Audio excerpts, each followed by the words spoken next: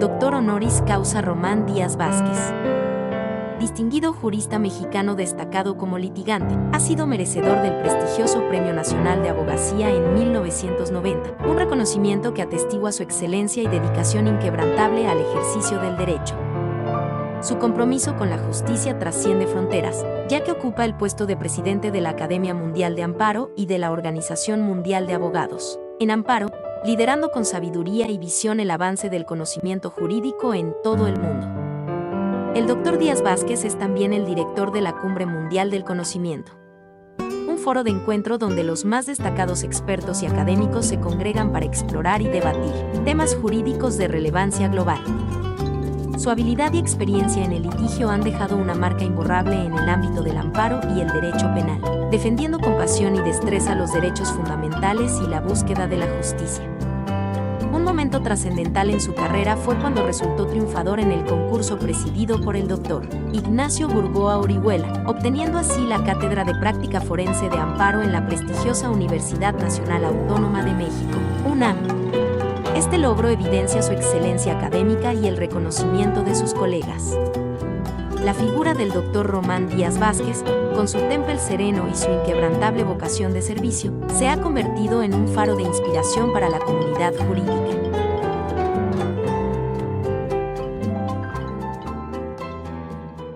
Muchas gracias.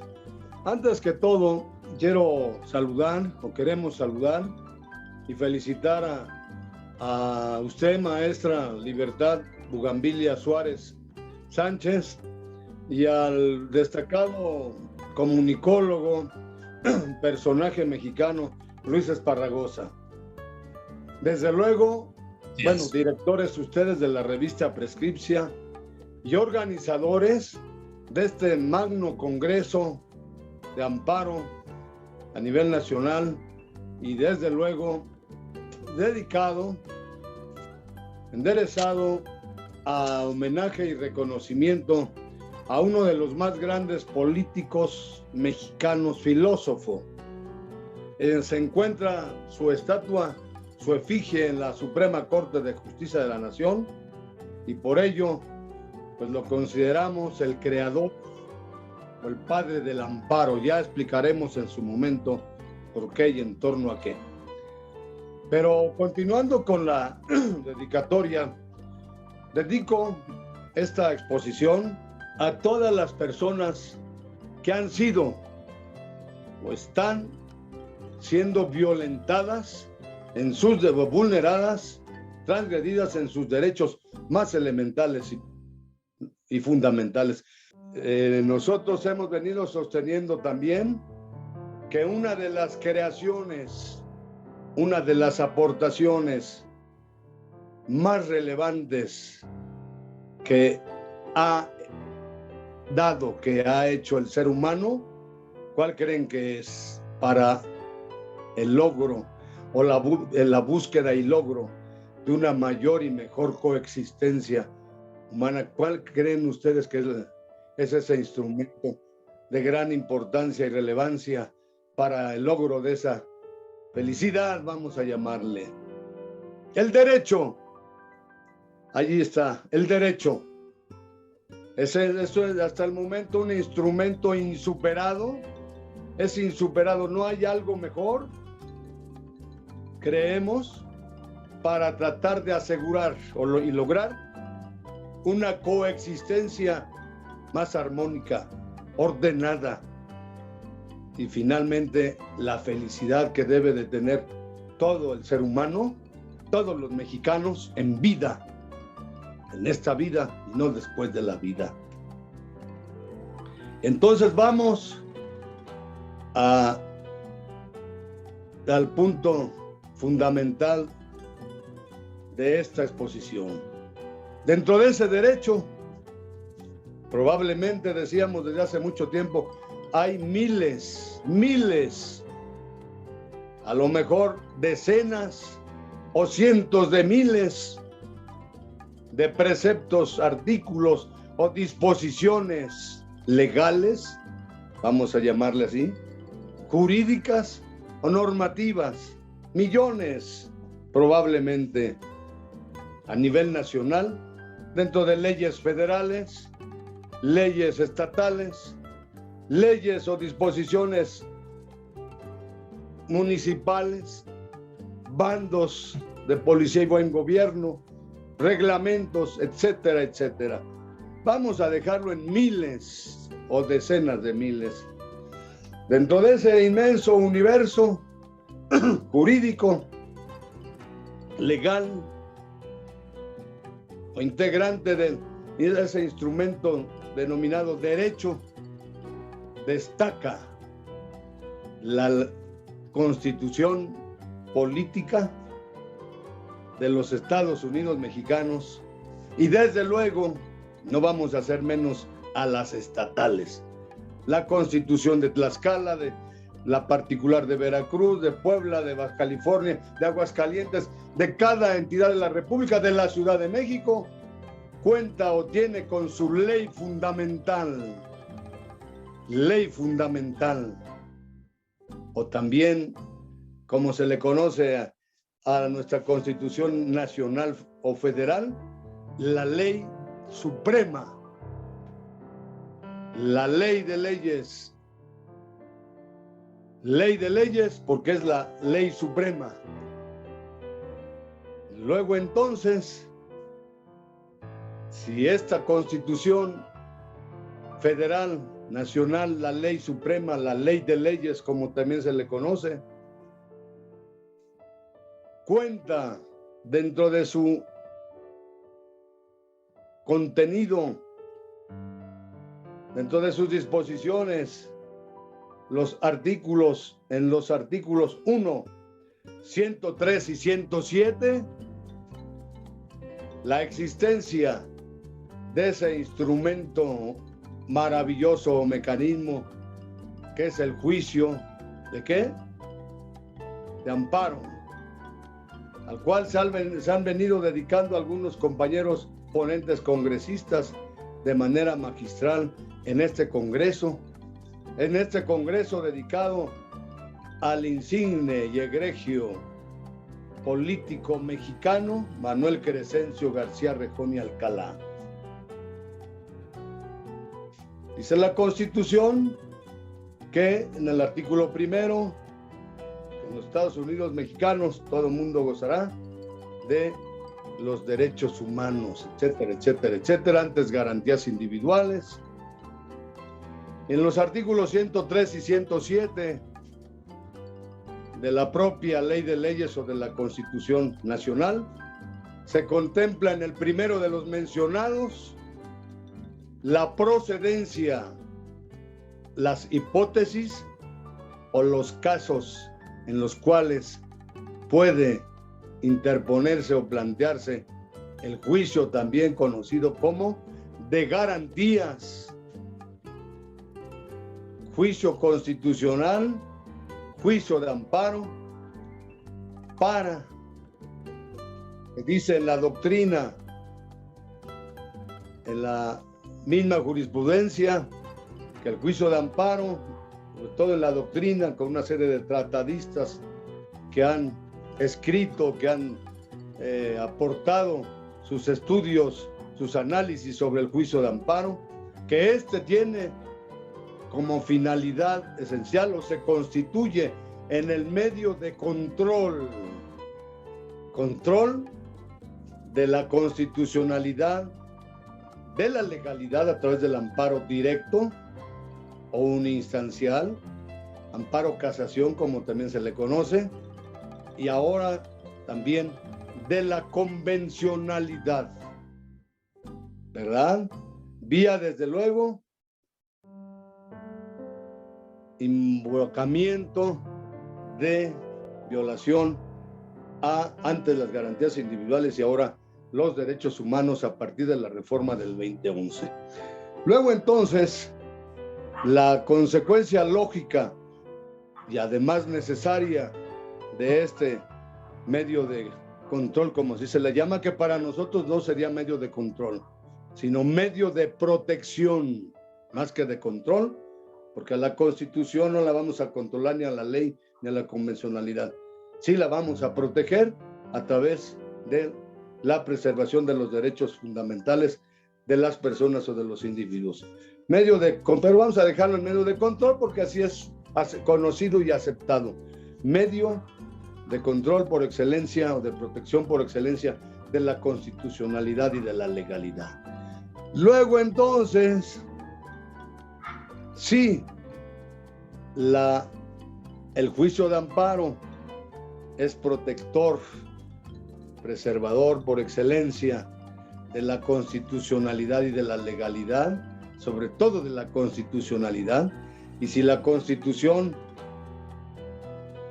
la ubicamos como la ley de leyes, equivalente o sinónimo de ley suprema, para nosotros pues hemos aportado la expresión de juicio de juicios. Por eso el tema, la importancia, relevancia, trascendencia rejoniana, es decir, de Manuel Crescencio Rejón García y Alcalá, en la teleología del juicio de juicios, o sea, del juicio de amparo, ¿verdad?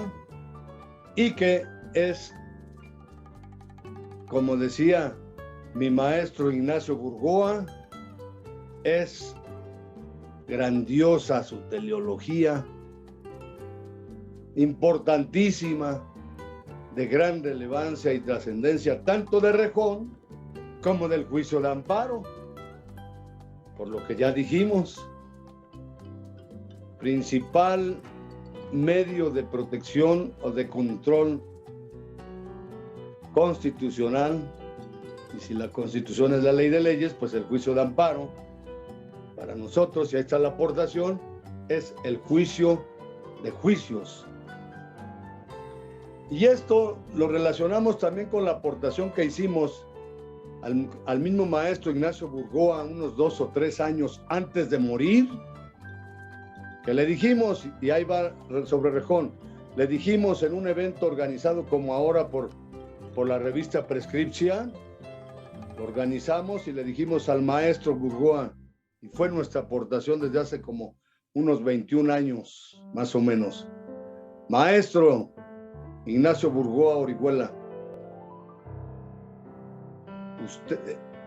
usted, todos, ya no debemos de hablar nada más de la tetrarquía del amparo, la tetrarquía del amparo. Y el maestro Ignacio Burgoa, con sus lentes, se me quedaba viendo, tocándose su bigote, ¿se acuerdan que tenía un bigotazo? Se me quedaba viendo, yo lo veía a los ojos. Maestro, ahora hablamos, o debe de hablarse, de la pentarquía del amparo, ya no como antes nada más de la tetrarquía. Y le dijimos, porque efectivamente tenemos dentro de la clásica y tradicional tetrarquía del amparo, que está integrado por los personajes más importantes que la historia es unánime en cuanto a su ubicación y aportación a nuestro juicio de juicios. Y ahí va, ¿por qué ahora este congreso se le ha dedicado al excelso o egregio Rejón? Efectivamente, en 1840, cuando en nuestro país, Yucatán se encontraba separado del mismo por cuestiones políticas, recordemos que el enfrentamiento era atroz, tremendo entre conservadores o centralistas y federalistas o liberales. Al estar separado Yucatán de nuestro país, lógicamente tenía que darse su propia norma o ley fundamental, es decir, su constitución. Y así se da la constitución de Yucatán, y si no mal recuerdo, en los artículos 53 y 63, si no mal recuerdo, déjenme ver aquí el acordeón ya está 53 y 63, encontramos la palabra, la connotación, el término de amparar a los habitantes, lógicamente, de Yucatán, cuando en tratándose de violación a normas constitucionales, fíjense ustedes, así nació el amparo en nuestro país, en esa región, en esa porción de nuestro país denominada península de Yucatán. Egregio y grandioso Rejón, gran político que, repetimos, no estudió para abogado, no estudió derecho, pero desde pequeño destacó y se caracterizó, como ustedes que están en este congreso, como la maestra Libertad, como el maestro Luis Esparragosa, como todos y cada uno de ustedes, en la búsqueda de un mejor país, porque siempre hemos dicho que hablar de constitución y estar interesado en la constitución es la búsqueda de un país mejor. Por eso dijimos desde un principio, qué tremendo que en este país más de 50 millones de mexicanas y mexicanos, niñas y niños dentro de ellos, en pobreza, cuando tenemos una constitución con un catálogo, de una vez lo digo ya, un catálogo de derechos humanos que ahora, a partir del 2011, con la reforma, ya las autoridades del Estado mexicano tienen la obligación ya no solamente de respetar y cumplir y observar, sino de promover esos derechos humanos. Y partiendo de esa palabra promoción, casi nadie la maneja en la práctica, nosotros hemos instrumentado un nuevo amparo de los derechos constitucionales para más de 50 millones de mexicanos en pobreza. Porque si están en pobreza, no gozan en consecuencia de esos derechos, como el derecho al trabajo, derecho a un medio ambiente de desarrollo sustentable, derecho a la educación, derecho a la seguridad, derecho a la legalidad, derecho a tener una vida digna y feliz, como la propia parte dogmática de la Constitución lo señala sobre la democracia, diciéndonos que la democracia no solamente es un régimen jurídico o una forma de gobierno, sino un sistema de vida fundado en el constante, fíjense, constante mejoramiento, no dice empeoramiento, económico, social y cultural del pueblo.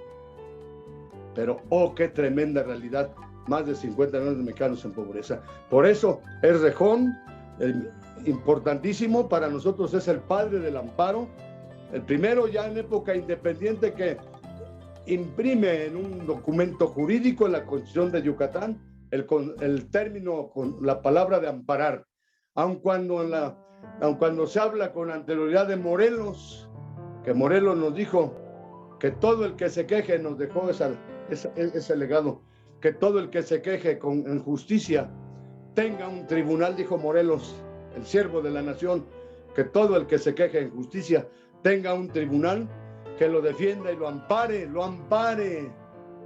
Por eso la importancia de Rejón, y luego, desde luego, de Mariano Otero, de León Guzmán, de Ignacio L. Vallarta, y al maestro Ignacio Burgoa, que le dije, y usted como el maestro del amparo, el padre del amparo, el implantador del amparo a nivel nacional, el salvador del amparo, León Guzmán, el metodizador del amparo, Ignacio L. Vallarta, y Burgoa, el maestro del amparo. Termino que contamos entonces con ese instrumento maravilloso que no fue fácil en la historia humana, la propia regulación y consagración de los derechos fundamentales, la vida, la libertad, propiedad, posesiones o derechos, etcétera, etcétera, ha sido lenta. Ya otro tiempo abundaremos más al respecto en otros momentos. Muchas gracias por escucharnos.